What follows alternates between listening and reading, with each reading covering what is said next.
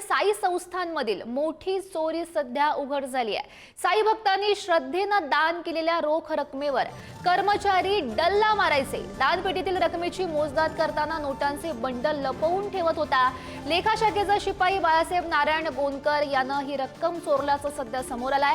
बाळासाहेब गोंदकर विरोधात साई संस्थांना शिर्डी पोलिसात तक्रार सुद्धा दाखल केली आहे। साई भक्तांच्या सुमारे 1.5 लाख रुपयांच्या रकमेवर डल्ला मारल्याचं सध्या उघडकीस आलेलं आहे आणि या प्रकरणात आणखी रक्कम अथवा कोणाचा सहभाग आहे का हे पोलीस तपासानंतर स्पष्ट होईल। मोठी आणि महत्त्वाची ही अपडेट म्हणावी लागेल आणि या संदर्भात अधिकची माहिती जाणून घेऊयात। आमचे प्रतिनिधी प्रशांत शर्मा सध्या आपल्या सोबत आहेत।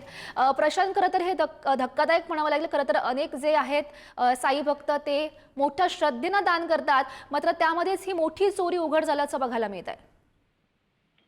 खरं आहे की साईबाबा संस्थानला आपणा एक पै न पै करून भक्त आपल्या श्रद्धेप्रमाणे आपल्या ऐपतीप्रमाणे दान करत असतात आणि हे दान दर आठवड्यातला मोजलं जातं आणि हे मोजत असताना साई संस्थांमार्फत जी दक्षता आहे ती घेतली जाते।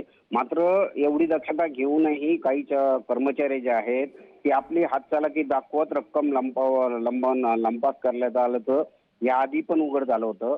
आता ही साधारणतः एप्रिल महिन्यामध्ये 4 ते 5 वेळेस जे आहे ते गोंदकर यांनी ही रक्कम लंपास केल्याचं साई संस्थांनी दिलेल्या फिर्यादीत म्हटलेलं आहे। एकंदरीतच जे सीसीटीव्ही फुटेज आहे त्या सीसीटीव्ही फुटेजच्या आधारावर साईबाबा संस्थांनी ही फिर्याद दिलेली आहे आणि त्या सीसीटीव्ही फुटेजमध्ये हा जो कर्मचारी आहे हा जाणून बुजून चोरीच्या उद्देशाने जी रक्कम मोजताना ती आधी आपल्या जवळ ठेवायचा, त्यानंतर ती अडगळीच्या ठिकाणी टाकायचा आणि त्यानंतर पुन्हा त्याच ठिकाणी जाऊन ही रक्कम लंपास करायचा असं साधारणतः 1.25 ते 1.5 लाख रुपयाची रक्कम यांनी चोरल्याचं आता उघडकीस आलं आहे। साई संस्थांनी गुन्हाही दाखल केला आहे।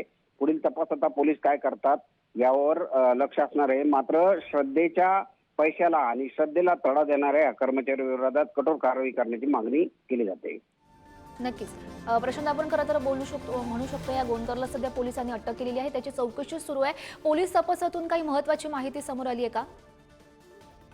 नाही, अद्याप पोलिसांनी कोणती माहिती दिलेली नाहीये। मात्र गुन्हा दाखल झाल्यानंतर हा सगळा प्रकार सर्वांच्या लक्षात आलेला आहे। आता पोलीस पुढचा काय तपास करतात हे महत्त्वाचं ठरणार आहे।